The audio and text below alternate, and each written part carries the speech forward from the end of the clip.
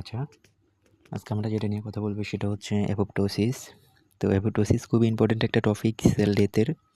তো আজকে আমরা সেল ডেথ নিয়ে মিলে কথা বলবো। সেল ডেথ কী, সেল ডেথ কত ধরনের হয় এবং অ্যাপোপ্টোসিসের পুরো মেকানিজম সহ দেখব, তার মরফোলজি কী কী চেঞ্জ হয় সব কিছু আমরা দেখব। আচ্ছা, প্রথমে আসি যে sell death. Sell death sell death mainly দুই ধরনের হয়। একটাকে আমরা বলি অ্যাপোপ্টোসিস, আর একটাকে আমরা বলি নেক্রোসিস। অ্যাপোপ্টোসিস আরেকটাকে আমরা বলি নেক্রোসিস। এখন এই অ্যাপোপ্টোসিস কী আর নেক্রোসিস কী, ঠিক আছে? আচ্ছা, প্রথম কথা আমি একটা বলে নিই যে অ্যাপোপ্টোসিসকে বলা হয় সুইসাইড। সুইসাইড মানে কি? নিজেকে নিজে মারা, নিজেকে নিজে মারা। আর নেক্রোসিস মানে হচ্ছে গিয়ে মার্ডার। সিম্পল একটা উদাহরণ দিয়ে বললাম, নেক্রোসিস মানে হচ্ছে মার্ডার, অর্থাৎ এখানে সে নিজেকে নিজে মারবে না। এখানে হচ্ছে আমি এক্সটার্নালি কোনো একটা ফ্যাক্টর দিয়ে যখন একটা টিস্যুকে যখন ডেথ করব, যেখানে অনেকগুলো সেল থাকবে, আসলে নেক্রোসিস অনেকগুলো সেল একসাথে ডেস্ট্রয় হয় বা একসাথে ড্যামেজ হয়। আর অ্যাপোপ্টোসিসের ক্ষেত্রে মেনলি পুরো সেল হয় না, পুরো টিস্যু হয় না, হয়তো একটা সেল অথবা কয়েকটা সিঙ্গেল সেল মিলে অ্যাপোপ্টোসিস হয়। আচ্ছা, তাহলে অ্যাপোপ্টোসিস মানে কি? এই অ্যাপোপ্টোসিসটা হচ্ছে যখন, যে আমরা জানি আমাদের কিছু প্রি প্রোগ্রামড সেল ডেথ আমরা যাদেরকে বলি, যেমন আমরা যখন জন্মগ্রহণ করি তখন আমাদের যে হাতের যে আঙ্গুলগুলা, এগুলো একটা একটার সাথে লাগানো ছিল। তো এগুলো আগে থেকেই তার জেনেটিক ও মেশিনারি দ্বারা ঠিক ছিল এই আঙ্গুলগুলো কি আসলে মানে জোড়া লেগে থাকবে, নাকি এগুলার ওই তার মাঝখানের ব্রিজটা ব্রেকডাউন হয়ে যাবে। ঠিক আছে, এটা হচ্ছে আমাদের অ্যাপোপ্টোসিসের ভিতরে পড়ে। ওকে, আর নেক্রোসিস মানে হচ্ছে কি মেনলি এটা আমাদের অনেক টিস্যু ডেথ হবে। এখানে অনেকগুলো টিস্যু বা অনেকগুলো সেল একসাথে এখানে হচ্ছে আমাদের আসলে ডেথ হবে, এটাকে আমরা বলি হচ্ছে গিয়ে নেক্রোসিস। তো এই দুটোর ভিতর কিছু বেসিক ডিফারেন্স থাকে, সেটা হচ্ছে যে আমাদের নেক্রোসিসটা অলওয়েজ প্যাথোলজিক্যাল হয়। এটা অলওয়েজ প্যাথোলজিক্যাল, বাট এটা আমাদের ফিজিওলজিক্যাল প্লাস প্যাথোলজিক্যাল দুটো হতে পারে এটা, ঠিক আছে? আর নেক্রোসিসের ক্ষেত্রে আমরা সিভিয়ারলি মানে এক্সট্রিমলি লিথাল ইঞ্জুরি করবো সেলটাকে, করবো।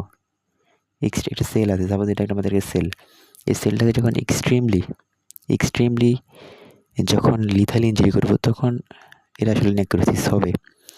আর যেটা হচ্ছে আমাদের অ্যাপোপ্টোসিস হচ্ছে যে সেলটা ওই সেলের নিজেরই জেনেটিক ম্যাটেরিয়ালের ভিতর কিছু চেঞ্জ হয়ে ওই সেলটা ডেথ হয়ে যাবে, এটাকে আমরা বলি হচ্ছে কি অ্যাপোপ্টোসিস। এখন আমাদের যখন নেক্রোসিস যখন হয় তখন আসলে এটাতে অনেকগুলো টিস্যু একসাথে নেক্রোসিস হয় বা অনেকগুলো সেল একসাথে নেক্রোসিস হয়। তখন কি হয়? তখন তার সেল মেমব্রেনটা পুরোপুরি ডেস্ট্রয় হয়ে যায়। অর্থাৎ নেক্রোসিস যখন হয় তখন পুরোপুরি সেল মেমব্রেনটা ডেস্ট্রয় হয়ে যায়। তো সেল মেমব্রেনটা যখন ডেস্ট্রয় হয়ে যাবে তখন আমরা জানি সেলের ভিতর যে কম্পোনেন্টগুলো থাকে ওগুলো সব বেরিয়ে চলে আসে। এর ভিতরে ইম্পর্টেন্ট কম্পোনেন্ট একটা হচ্ছে লাইসোজোমাল এনজাইম। এই এনজাইমগুলো খুবই প্রোটিয়েজ এনজাইম থাকতে পারে বা আমাদের হাইড্রোলেজ কিছু এনজাইম থাকতে পারে, যেগুলো আমাদের সেলের জন্য, আশেপাশের টিস্যুর জন্য খুবই হার্মফুল হতে পারে। তো এইগুলো আমাদের কি করবে, তারা এখানে ইনফ্ল্যামেশন শুরু করবে, ঠিক আছে?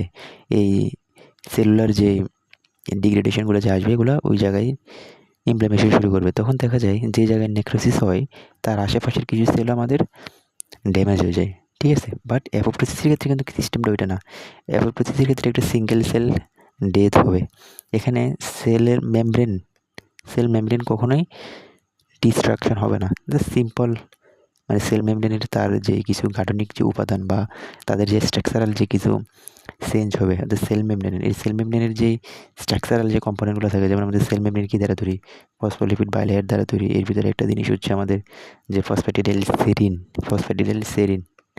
এটা কী বলে? ফসফ্যাটিডাইল সেরিন। এইগুলার প্রোটিনগুলোর স্ট্রাকচারালি কিছু চেঞ্জ হয়। যেমন এই প্রোটিনগুলা এই মুখে যদি থাকে এগুলো চেঞ্জ হয়ে উল্টা মুখে হয়ে যাবে। ঠিক আছে, এগুলো হচ্ছে আমাদের জাস্ট তার ভিতরে কিছু চেঞ্জ হয়েছে, অ্যাপোপ্টোসিসের ভিতরে তার ভিতরে কিছু চেঞ্জ হয়েছে, এখানে এগুলাই, আর কিছুই নেই এখানে। এরপরে যেটা হয় সেটা হচ্ছে যে এখানে আমাদের ম্যাস অফ টিস্যু ডিস্ট্রাকশন হবে, আর এখানে জাস্ট একটা সিঙ্গেল সেল আমাদের ডিস্ট্রাকশন হতে পারে। এখন আমাদের যে অ্যাপোপ্টোসিস, এই অ্যাপোপ্টোসিসের ক্ষেত্রে কী হয়, আমাদের একটা অ্যাপোপ্টোটিক বডি ক্রিয়েট হয়, অ্যাপোপ্টোটিক বডি তৈরি হয়।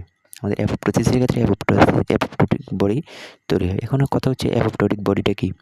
আমাদের একটা সেল যখন ডিস্ট্রাকশন যখন হবে, তখন সেলুলার যেই কম্পোনেন্টগুলো আছে এগুলো আমাদের কনডেন্সড হয়ে যাবে, আর এই সেলটা পুরোপুরি ডিস্ট্রাকশন হবে না, ওই কনডেন্স সেলটাই পরবর্তীতে ছোটো ছোটো ব্লেব আকারে বেড়ে আসবে, এগুলোকে আমরা বলি অ্যাপোপ্টোটিক বডি। একটু পরে দেখাচ্ছি এটা আসলে কীভাবে তৈরি হচ্ছে। তো আমাদের এই যে অ্যাপোপ্টোসিসটা, এই অ্যাপোপ্টোসিসটা আসলে কেন হয়, এটার ইম্পর্টেন্সটা কী? ঠিক আছে, এটার ইম্পর্টেন্সটা কী? এটার ফিজিওলজিক্যাল কিছু ইম্পর্টেন্স আছে। যেমন আমাদের যেই কিছু হরমোনাল কিছু যেই টিস্যুগুলো আমাদের হরমোনের উপর ডিপেন্ডেন্ট, কিছু টিস্যু থাকে যারা আমাদের হরমোনের উপর ডিপেন্ডেন্ট, ঠিক আছে, হরমোনের উপর ডিপেন্ডেন্ট যে টিস্যুগুলো থাকে ওগুলা ভিতরে আমাদের কিছু চেঞ্জ আসে। যেমন আমি যদি বলি আমাদের যেই ল্যাকটেশনের সময় আমাদের কী হয়, একটা মাদার যখন প্রেগনেন্সিতে যখন থাকে তখন তার ল্যাকটেশনের সময় ইস্ট্রোজেন প্রোজেস্টেরনের পরিমাণ বেড়ে যায়, তখন মিল্ক সিক্রেশন বেশি হয়, ওই সেলগুলো কিন্তু আমাদের হরমোন ডিপেন্ডেন্ট। তো পরবর্তীতে যখন আমাদের প্রেগনেন্সি যখন অফ হয়ে যাবে বা মিল্ক প্রোডাকশন তখন বন্ধ হয়ে যাবে, তখন ওই সেলগুলো ডিস্ট্রাকশন হয়ে যায়। তো এটা একটা কিন্তু খুব ইম্পর্টেন্ট একটা টপিক, যে সেলগুলো আমাদের হরমোনাল ডিপেন্ডেন্ট, ওগুলোর ভিতরে কিন্তু আমাদের হচ্ছে অ্যাপোপ্টোসিস হয়। আবার কিছু সেল থাকে মেনস্ট্রুয়াল সাইকেলের কিছু সেল যারা হরমোনাল ডিপেন্ডেন্ট, ওইখানে কিন্তু অ্যাপোপ্টোসিস হতে পারে। আরেকটা জিনিস সবচেয়ে বেশি ইম্পর্টেন্ট, যেখানে হরমোনাল ডিপেন্ডেন্ট না, সেটা হচ্ছে আরেকটা জিনিস, আসলে এটা আমরা ইমিউনোলজিতে পড়ছি যে টি সেল যখন আমরা ম্যাচুরেশন পড়ছি বা টি সেল যে ডেভেলপমেন্ট, ও টি সেল ডেভেলপমেন্টের ভিতরে একটা ধাপ হচ্ছে আমাদের পজিটিভ সিলেকশন, দেন হচ্ছে আমাদের নেগেটিভ সিলেকশন। এই নেগেটিভ সিলেকশানে কী ছিল? এই নেগেটিভ সিলেকশানে ছিল যে কারা কারা আমাদের সেলফ অ্যান্টিজেনকে চিনতে পারে না, ওদেরকে আমরা নেব। যারা চিনতে পারে না ওদেরকে নেই। বাট অ্যাকসেপ্ট টি রেগুলেটরি একটা প্রোটিন থাকে, এরে প্রোটিন, এআইআরএ, অটোইমিউন রেগুলেটরি প্রোটিন, মানে যারা সেলফ অ্যান্টিজেনকে চিনতে পারে ওদেরকে আমরা বাদ দিয়ে দিই, অ্যাকসেপ্ট টি রেগুলেটরি, আর বাকি সবাইকে নিই। কারণ টি রেগুলেটরি আমরা পড়ছিলাম ইমিউনোলজিতে রাখতে হবে, না হলে আমাদের অটোইমিউন ডিজিজগুলো হয়ে যাবে। ঠিক আছে, আচ্ছা, তো ওইখানে যারা নেগেটিভ সিলেকশন ওদেরকে আমরা নিই, পজিটিভ সিলেকশনগুলোকে আমরা বাদ দিয়ে দিই এক্ষেত্রে। তো ওগুলোকে মারবে কি? এই অ্যাপোপ্টোসিস মেরে ফেলবে। ঠিক আছে, আচ্ছা, এখন আমরা অ্যাপোপ্টোসিসের দুইটা বড় বড় পাথওয়ে আছে, ওগুলো আমরা একটু দেখবো এখন। খুবই ইম্পর্টেন্ট দুইটা পাথওয়ে আছে, এগুলোকে আমরা জাস্ট একটু দেখবো। আচ্ছা, এখন এই অ্যাপোপ্টোসিস যে দুইটা পাথওয়ে, এগুলো একটাকে আমরা বলি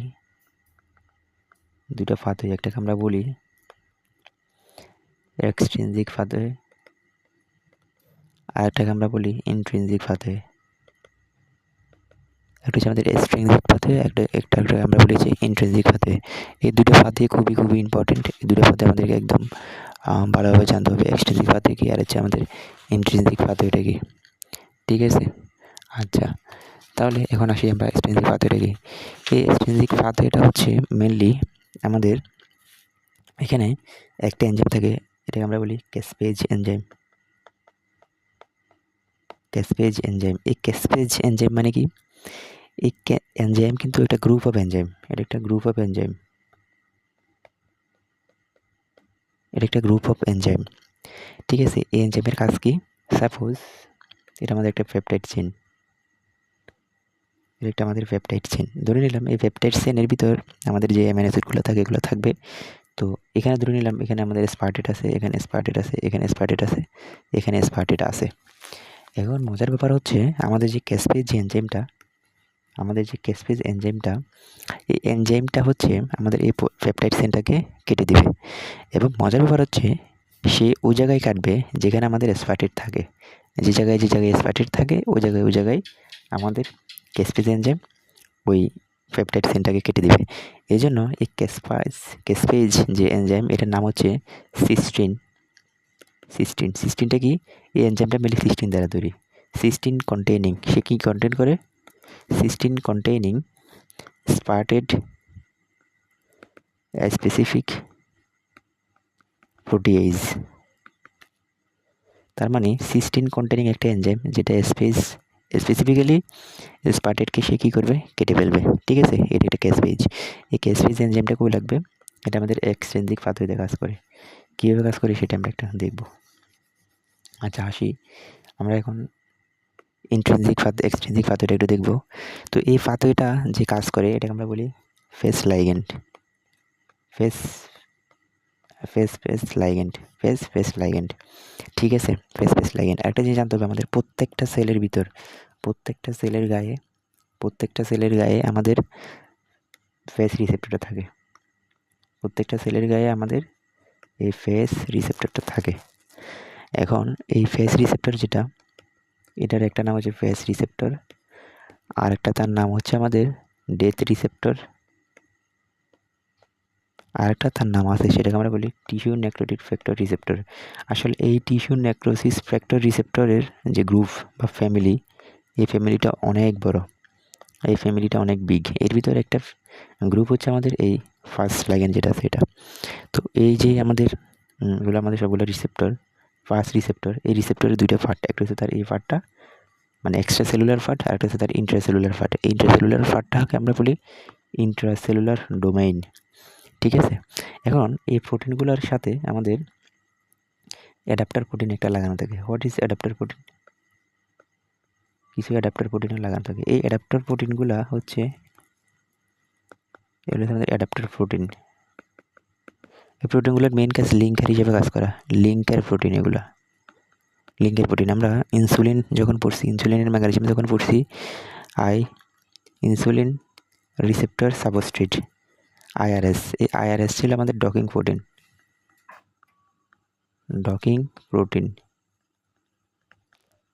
ঠিক আছে, এই প্রোটিনটার কাজ কী ছিল? এই প্রোটিনের কাজ হচ্ছে অনেকগুলা এনজাইমকে বা অনেকগুলা ওই যে আমাদের মেকানিজমের ভিতরে যে অনেকগুলা মলিকিউল থাকে বা অনেকগুলো যে সিস্টেম থাকে, সবগুলো সিস্টেমটাকে সে একসাথে লিঙ্ক করবে। আর এটা হচ্ছে আমাদের জাস্ট একটাকে লিঙ্ক করে। এই যে অ্যাডাপ্টার প্রোটিন যেটা, এটা হচ্ছে আমাদের ক্যাসপেস ইন্ডিপেন্ডেন্ট, আর যেটা আমাদের ডকিং প্রোটিন এটা আমাদের ক্যাসপেস ইন্ডিপেন্ডেন্ট। ঠিক আছে, তাহলে এই দুটো প্রোটিন আমাদের খুব ইম্পর্টেন্ট, এখানে অ্যাডাপ্টার প্রোটিনটা লাগবে। এখন এই রিসেপ্টরে আমাদের ফার্স্ট লাইগ্যান্ড আসে। কে আসে?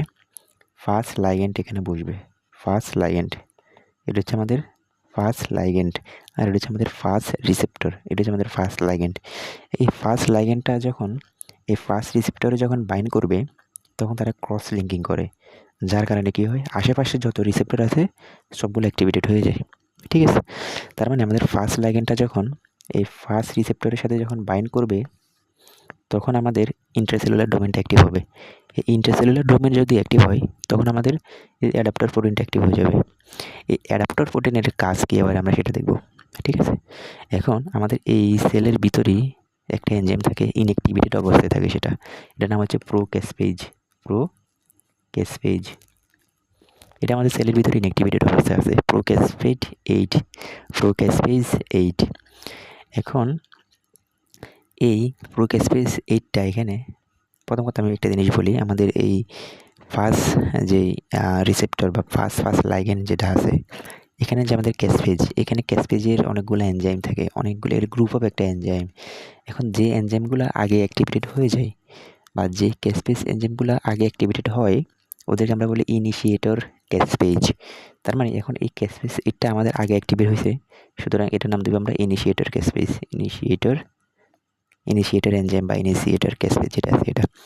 এখন আমাদের এই অ্যাডাপ্টার প্রোটিনটা আমাদের ইনিশিয়েটর যে ক্যাসপেজটা আছে, মানে প্রোক্যাসপেজ যে 8টা আছে, এই প্রোক্যাসপেজ 8কে অ্যাক্টিভেট করে সে ক্যাসপেজ 8-এ কনভার্ট করে।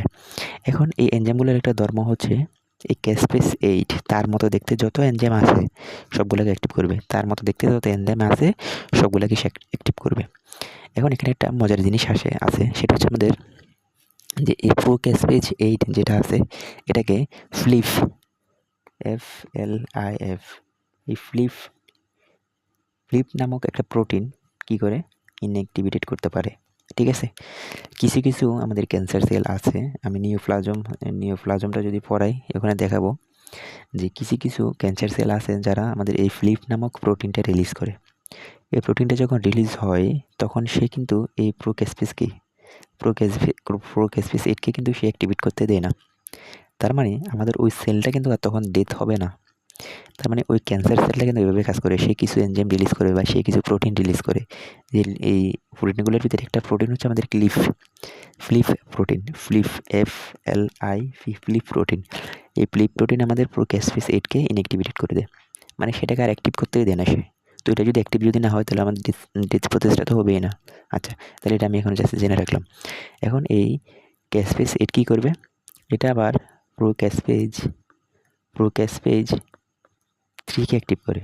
এই প্রোক্যাসপেজ 3কে সে অ্যাক্টিভ করে কিছু কনভার্ট করে ক্যাসপেজ 3তে কনভার্ট করে। আচ্ছা, এখানে একটা জিনিস আমি বলি আবারে, যে সেটা হচ্ছে তাহলে আমাদের প্রথমে কি হয়েছে, প্রথম হচ্ছে আমাদের একটা ফার্স্ট রিসেপ্টর ছিল, ফার্স্ট রিসেপ্টর এখানে আমাদের ছিল। এরপরে আমাদের ফার্স্ট রিসেপ্টর আমাদের ফার্স্ট লাইগেন্ড বাইন্ড করছে, যখন বাইন্ড করছে তখন তার অ্যাডাপ্টার প্রোটিনটা মানে ইন্টারসেলুলার ডোমেনটা অ্যাক্টিভ করছে কাকে, অ্যাডাপ্টার প্রোটিনকে। এখন অ্যাডাপ্টার প্রোটিন কাকে অ্যাক্টিভ করছে, প্রোক্যাসপিস 8কে। এই প্রোক্যাসপিস 8টা অ্যাক্টিভ হয়ে আমাদের ক্যাসপিস 8-এ কনভার্ট হয়েছে। এখন এই ক্যাসপিস 8টা আবার কাকে অ্যাক্টিভ করছে, প্রোক্যাসপিস 3কে অ্যাক্টিভ করছে। তখন এই প্রোক্যাসপিস 3টাকে আমরা বলি এক্সিকিউশনার। ঠিক আছে, এই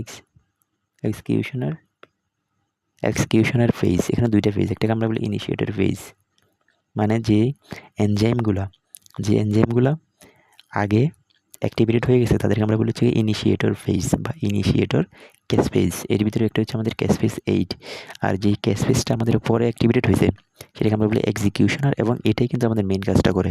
তাহলে ক্যাসপেজ 3 কিন্তু আমাদের মেন কাজটা করবে, এটা কিন্তু খুব ইম্পর্টেন্ট জিনিস। এই ক্যাসপেজ 3 কিন্তু আমাদের মেন কাজটা করবে। আচ্ছা, তাহলে এখন ক্যাসপেজ 3 এখানে কী করবে, এই ক্যাসপেজ 3 যেটা করে সেটা হচ্ছে খুবই ইম্পর্টেন্ট কিছু কাজ করে, এটা আমাদের একটু মনে রাখতে হবে। এখন এই ক্যাসপেজ 3 আমাদের সাইটোস্কেলেটনগুলোকে ব্রেকডাউন করবে, এটা সবগুলো মনে রাখতে হবে। আমাদের সাইটোস্কেলেটনকে সে ব্রেকডাউন করবে,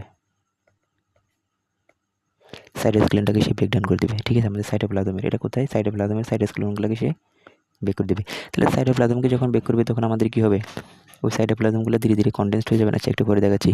আরেকটা জিনিস হচ্ছে সে আমাদের ডিএনএ, এটা খুব ইম্পর্টেন্ট, যে ডিএনএসকে সে অ্যাক্টিভেট করে দেবে, ডিএনএসকে সে অ্যাক্টিভেট করে দেবে। সে ডিএনএসকে অ্যাক্টিভেট করে কী করবে, আচ্ছা আমরা একটা জিনিস জানি যে ক্রোমাটিনের স্ট্রাকচার, আমরা জানি যে ক্রোমাটিনের স্ট্রাকচারটা কেমন।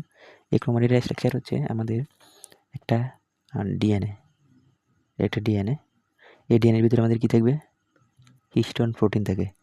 তাহলে এই ডিএনএ প্লাস হিস্টোন প্রোটিন মিলে কিন্তু আমাদের ক্রোমাটিন তৈরি হয়। আর ডিএনএ হিস্টোন প্রোটিন জাস্ট একটা এইটুকে, ডিএনএ প্লাস হিস্টোন প্রোটিন, এই ফাটটুকুকে আমরা বলি নিউক্লিওজোম বলি। তাহলে এখানে একটা নিউক্লিওজোম, এখানে একটা নিউক্লিওজোম, এখানে একটা নিউক্লিওজোম, এখানে একটা নিউক্লিওজোম, এখানে একটা নিউক্লিওজোম, এই সবগুলো নিউক্লিওজোম মিলে আমাদের একটা ক্রোমাটিন তৈরি করছে। তাহলে ক্রোমাটিনের একক বলা হয় নিউক্লিওজোমকে। এই ডিএনএস কী করে, এই ডিএনএস এই নিউক্লিওজোমের এখানে এসে এটাকে ব্রেকডাউন করে দেয়, এই ফাটটাকে ব্রেকডাউন করে দেয়, এই ফাটটাকে ব্রেকডাউন করে দেয়। ঠিক আছে, তাহলে এটাকে যখন ব্রেকডাউন করে দিবে তখন ডিএনএসটা খণ্ড হয়ে যাবে না, তার এই ক্রোমাটিনের ফাটটা খণ্ড হয়ে যাবে না, হ্যাঁ খণ্ড হয়ে যাবে। তাহলে খণ্ড যদি হয়ে যায় তাহলে কী হবে, তাহলে যেটা হবে সেটা হচ্ছে আমাদের, এটা তো পুরোপুরি একটা সেল, তাহলে এই সেলের ভিতরে এই ঘটনাগুলো ঘটাচ্ছে। তাহলে আমাদের সেলটা কখন কী হবে, এই সেলটা তার সাইটোপ্লাজমের ডিএনএসটাকে মিলে এখানে ধীরে ধীরে এসে এক্সোসাইটোসিস প্রক্রিয়ার মাধ্যমে সে একটা ছোট একটা খণ্ড হিসেবে সে বের হয়ে যাবে। এই খণ্ডটাকে আমরা বলি অ্যাপোপ্টোটিক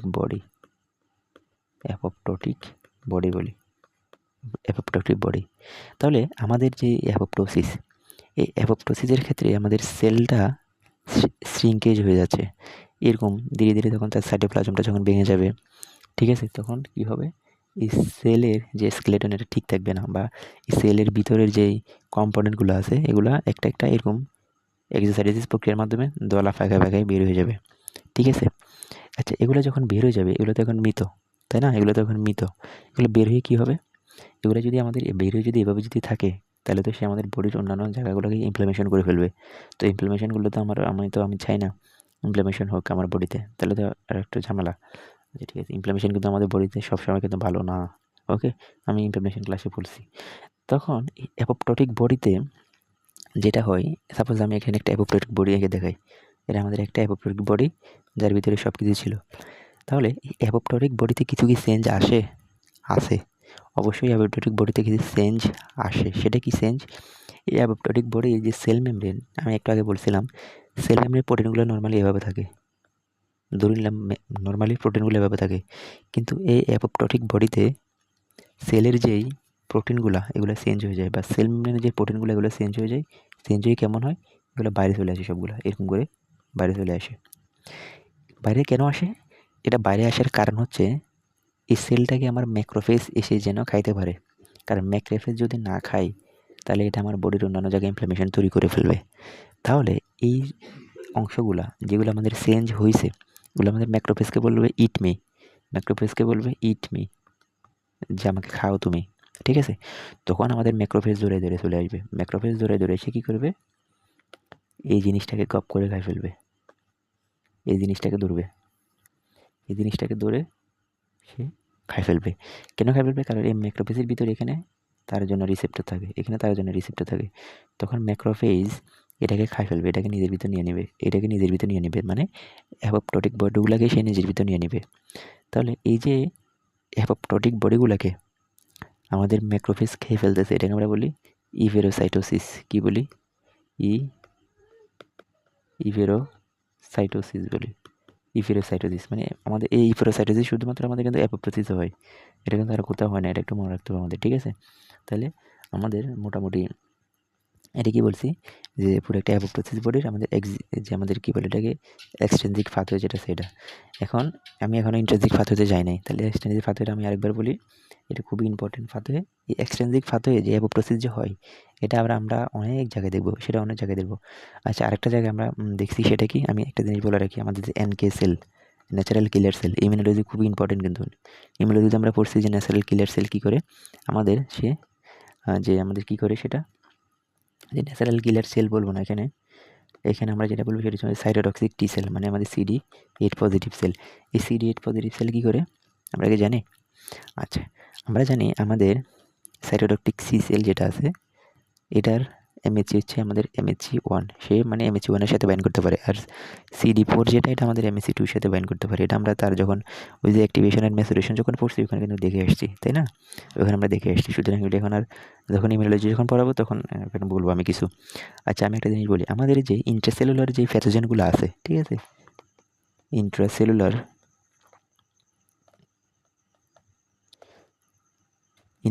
যে প্যাথোজেনগুলো আছে, এগুলাকে কে মারে? আর এক্সট্রা সেলুলার ওগুলাকে কে মারে?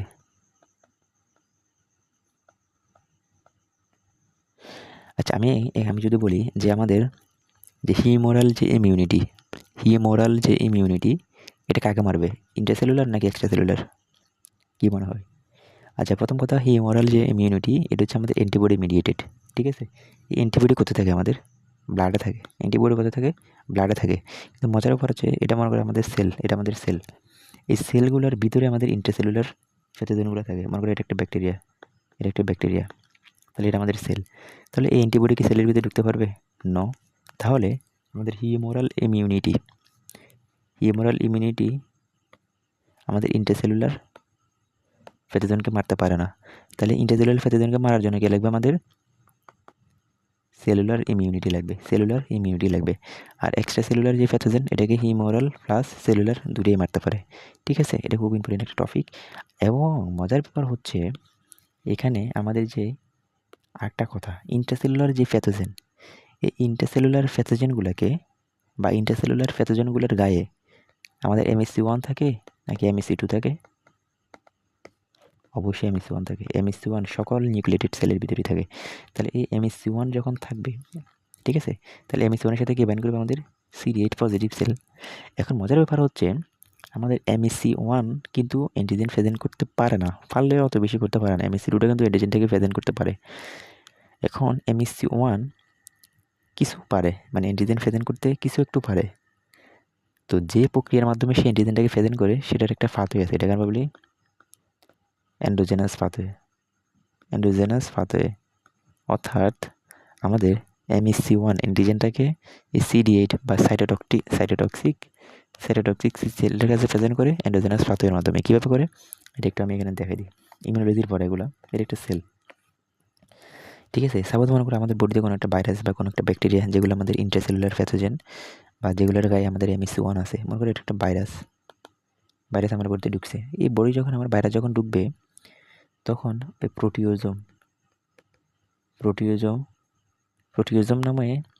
প্রোটিওজোম নামক একটা ব্যাকটেরিয়া দ্বারা সেটা কীভাবে আমাদের ব্রেকডাউন হবে, ঠিক আছে। ব্রেকডাউন হয়ে সে আমাদের কিছু ক্ষুদ্র ক্ষুদ্র পেপটাইডে ভাগ হবে, মানে প্রায় 3 থেকে 8টা অ্যামাইনো অ্যাসিডে সে ভাগ হয়ে যাবে। আমরা কি একটা জিনিস জানি, আমাদের যে MSC1 যেটা আছে এটার আকারটা কেমন? এই MSC1 এর আকারটা মোটামুটি এরকম। তার 3টে ডোমেন, একটা আলফা 1, আলফা 2, আলফা 3 আর হচ্ছে তার beta domain. Alpha 1, alpha 2, alpha 3 আর বিটা 2 মাইক্রোগ্লোবিউলিন এখানে থাকে।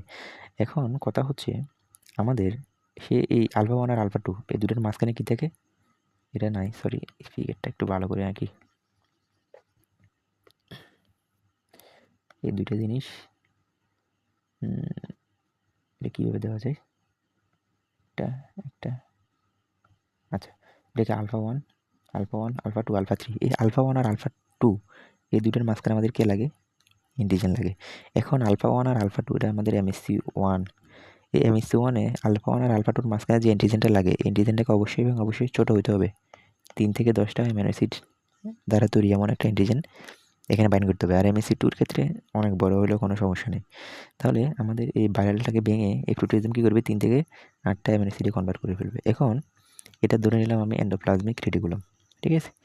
এখন এন্ডোপ্লাজমিক রেটিকুলামের ভিতরে এইটাকে ঢুকাতে হবে, ঠিক আছে। এটাকে কে ঢুকায়? এখানে একটা ট্যাপ রিসেপ্টর থাকে, কী থাকে? Tap transporter of antigen peptide, এগুলোকে আমরা বলি অ্যান্টিজেনিক পেপটাইড। এটার মাধ্যমে সে কী করবে? আমাদের এই সেলের এই কী বলে এন্ডোপ্লাজমিক রেটিকুলামের ভিতরে ঢুকে যাবে। এখন আমাদের এখানে গলজি অ্যাপারেটাস থাকে, তাই না? গলজি অ্যাপারেটাস থাকে এবং এন্ডোপ্লাজমিক রেটিকুলাম আগে থেকে কিন্তু আমাদের কি তৈরি করে রাখে? ওই যে আমরা পড়ছি না, ক্রোমোজোম নাম্বার 11, ক্রোমোজোম নাম্বার 6 MSC1টাকে সে তৈরি করে রাখে। তখন এই এন্ডোপ্লাজমিক রেটিকুলামে যে আমাদের অ্যান্টিজেনটা চলে আসছে, মানে এই 3 থেকে 8টা অ্যামাইনো অ্যাসিড যে চলে আসছে, এদেরকে টাফাসিন নামক একটা প্রোটিন এই MSC1 এর কাছে প্রেজেন্ট করে। তখন এই MSC1 কী করে? অ্যান্টিজেনটাকে নিয়ে এখানে বসে থাকে। দেখছো কত সুন্দর একটা মেকানিজম? এই অ্যান্টিজেনটাকে সে ধরে এখানে নিয়ে আসছে MSC1। তখন কী হবে? আমরা পড়ছিলাম না, আমাদের সাইটোটক্সিক যে টি সেলটা ছিল, এটা আমাদের কি? Cytotoxic C cell. এখন এই সাইটোটক্সিক যে টি সেলটা আছে তার ভিতর TCA রিসেপ্টর থাকে। এই TCA রিসেপ্টর দিয়ে সেই অ্যান্টিজেনটাকে ধরবে। আর তার ভিতরে একটা রিসেপ্টর কী থাকে আমাদের? CD8 positive. এই CD8 পজিটিভ দিয়ে সে কী করবে? আমাদের MSCকে ধরবে।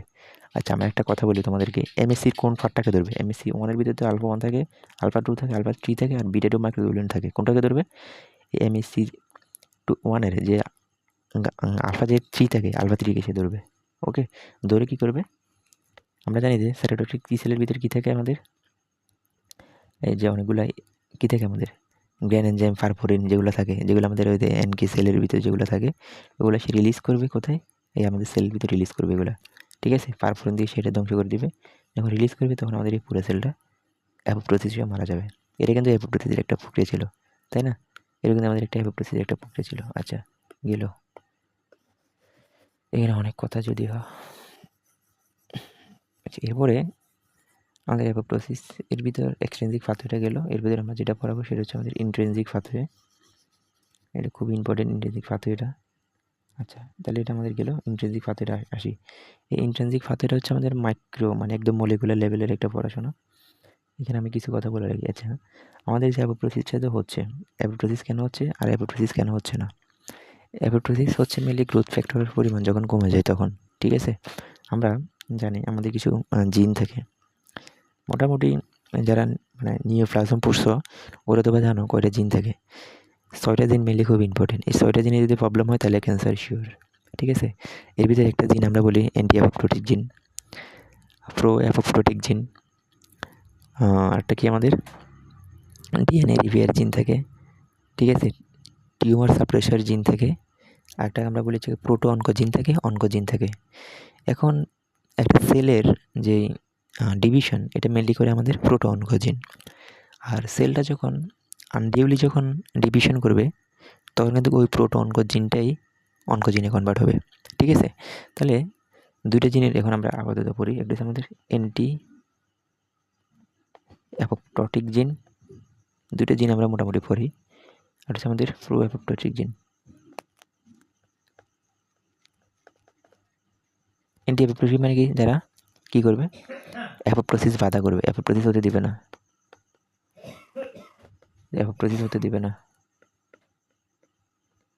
যারা অ্যাপোপ্টোসিস হতে দিবে না। আর প্রো অ্যাপোপ্টোসিস মানে কি, যারা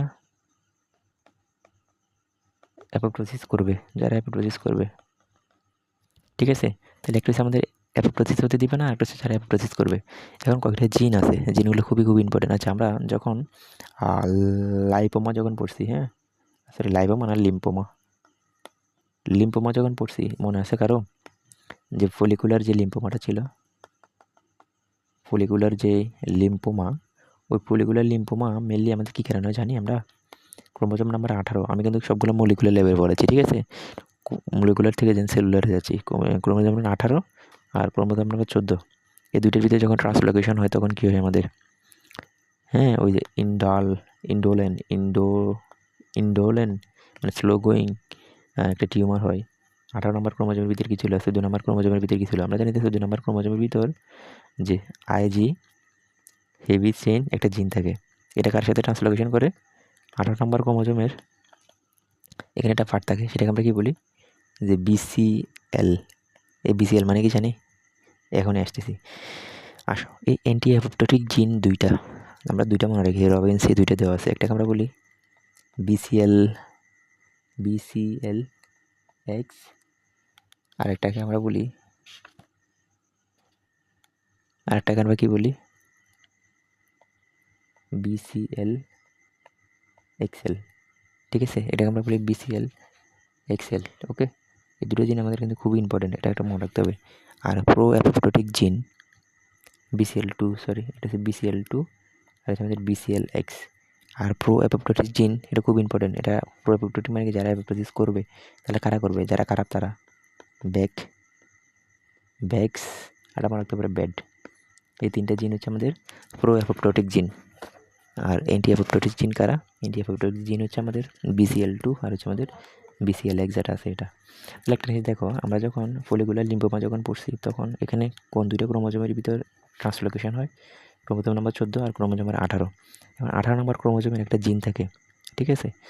আর ক্রোমোজোম দুইটা ইন থাকে, এটা হচ্ছে ফি থাকে, একটা কিউ থাকে, একটা ফি থাকে, একটা কিউ থাকে। কিউটা হচ্ছে আমাদের লং আর্ম, এটা হচ্ছে আমাদের শর্ট আর্ম ফিটা। এবং এই BCLX যখন এটার সাথে যখন ট্রান্সলোকেশন যখন করবে, তখন এই BCLX আর ইমিউনোগ্লোবুলিন হেভি মানে হেভি চেনের যে ভেরিয়েবল জিনটা যখন তারা যখন একটা কমপ্লেক্স তৈরি করবে বলবে, তখন কী হবে, আমরা জানি যে BCLX কী করে, অ্যান্টি অ্যাপোপ্টোটিক মানে সেই সেলটাকে ধ্বংস করতে দেবে না। তাহলে কী হবে, সেলগুলো এখানে গ্রো হবে, গ্রো হইতে হইতে কী করবে, এক সময় লিম্পোমা কনভার্ট করবে, এটাকে আমরা বলি ফলিকুলার লিম্পোমা।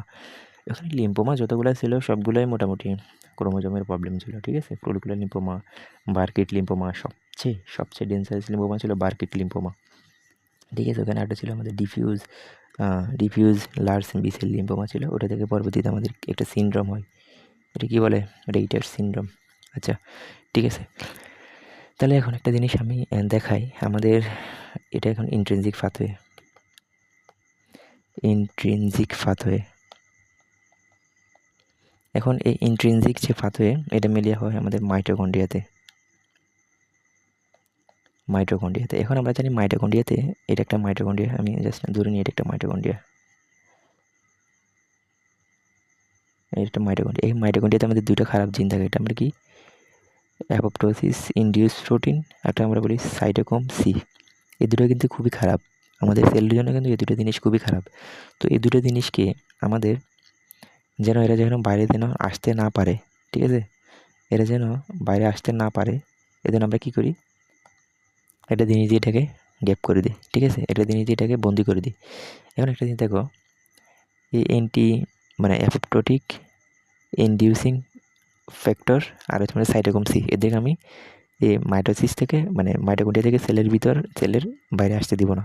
যদি আসতে পারে তাহলে কিন্তু এরা আমার সেলটাকে ডেস্ট্রয় করে দিবে। তাহলে আমার কাজ কি, আমি এক জায়গায় রাখবো প্রো অ্যাপোপ্টোটিক জিন, একটা রাখবো অ্যান্টি অ্যাপোপ্টোটিক জিন। এটা নিয়ে দেখো, আমাদের গ্রোথ ফ্যাক্টর যখন থাকবে বা হরমোন যখন থাকবে, তখন আমাদের এই অ্যান্টি অ্যাপোপ্টোটিক জিনটা কাজ করবে। এটা কী করবে, অ্যান্টি অ্যাপোপ্টোটিক জিন কী ছিল আমাদের BCL2 BCL-XL, ঠিক আছে।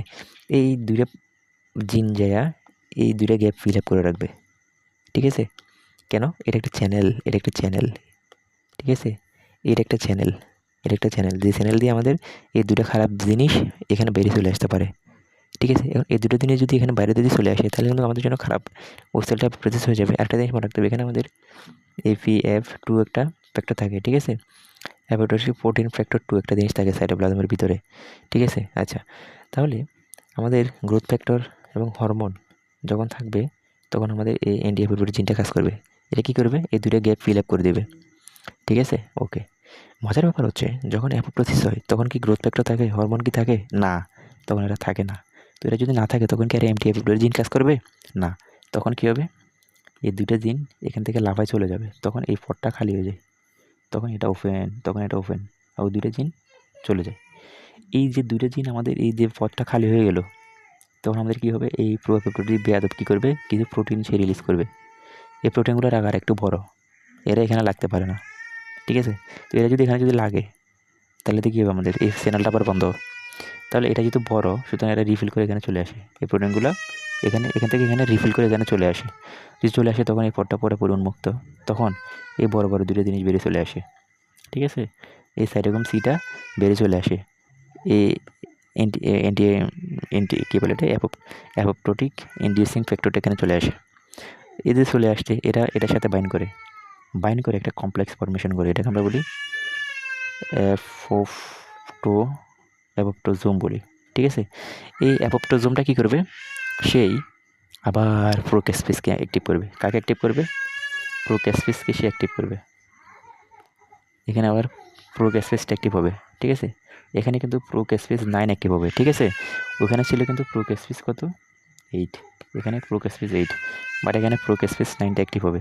এখন এই প্রোক্যাসপিস 9 যদি অ্যাক্টিভ হয় তাহলে এখন কী হবে, প্রোক্যাসপিস 9 হবে, এই প্রোক্যাসপিস 9 আবার অ্যাক্টিভ করবে 3কে অ্যাক্টিভ করবে, এই প্রোক্যাসপিস আবার কাকে অ্যাক্টিভ করবে, 3কে অ্যাক্টিভ করবে।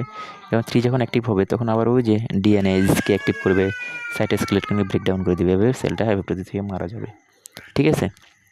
তাহলে এই ইন্ট্রিনসিক ফ্যাক্টরটা খুবই জটিল একটা ফ্যাক্টর। এখানে রবিনসে আসলে এগুলাই দেওয়া আছে, এখানে আরও মানে জিনের ব্যাপার স্যাপার অনেক বেশি আছে, যে মলিকুলার লেভেল তো এতটুকু পর্যন্তই। তো এটা এতটুকু পর্যন্ত গেলো আমাদের অ্যাপোপ্টোসিস। তো এটা খুবই ইম্পর্টেন্ট একটা টপিক আমাদের অ্যাপোপ্টোসিস। নেক্সট দিন আমরা যদি নেক্রোসিসটা যদি দেখাই তাহলে দেখবো দুটোর সাথে কোরিলেশন করে ট্রাই করবো। আচ্ছা, এখানে আমাদের যে জিনিসটা হয় এটার মরফোলজি আমি তো বলি নাই, মরফোলজি এখন ইজি। মরফোলজি কি, যে আমাদের এই জিনিসগুলো কনডেন্সড হয়ে যাবে, ক্রোমাটিনটা কনডেন্সড হয়ে যাবে, দেন সেলুলার একটা ব্লেব ফরমেশন হবে, একটা ব্লেব হয়, এই যে একটা ব্লেব হয়, অ্যাপোপ্টোটিক বডি তৈরি হয়, ঠিক আছে। এগুলোকে আবার ম্যাক্রোফেজ দ্বারা ধ্বংস করে ফেলবে, এগুলো হচ্ছে তার মরফোলজি, খুব সিম্পল জিনিস মেকানিজমটা বুঝলে। তো আজকে এতটুকু পর্যন্তই থাক, নেক্সট দিন আমরা নেক্রোসিসটা করে ফেলবো, ঠিক আছে। Thank you.